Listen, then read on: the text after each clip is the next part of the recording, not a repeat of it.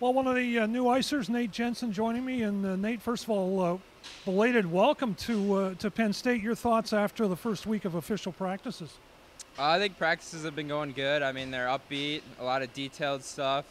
Coach Godowski knows what he's doing, and they seem like they're going good so far.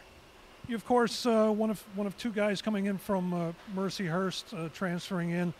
Talk a little bit about the thought process and went through that for you and your family.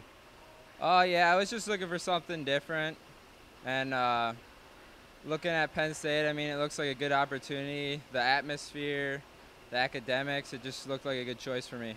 And of course, you don't lose a season of eligibility. Get a chance to play at really what will be the top level in the ACHA.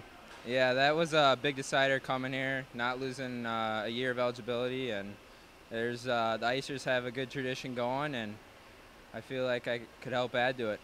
Were you aware of that tradition before you came here? Was that part of the thought process as well? I honestly didn't really know much about club hockey other than my twin brother plays at Iowa State, so he kind of filled me in. But other than that, I just came here, and it seems like there's a good tradition going. And with the guys that are coming back, the 15 returning players, as Coach says, everybody's coming together nicely. Yeah, we're all coming together nicely.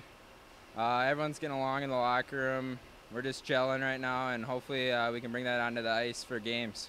And you also do it off the ice as well, delivering pizzas to Paternoville last night. Your first experience, tell us a little bit about it and how it felt. Paternoville was awesome. I mean, I've never seen anything like it. All the fans coming together for a school and just showing pride for a school. It was a great experience, and I enjoyed it. Looking forward to getting out there and start battling against some other teams as well, I guess. Yep. Can't wait till the season starts, and I think we got one more month of practices, and hopefully we'll hit in stride and have a good season this year. All right, Nate, thanks for joining us. No problem.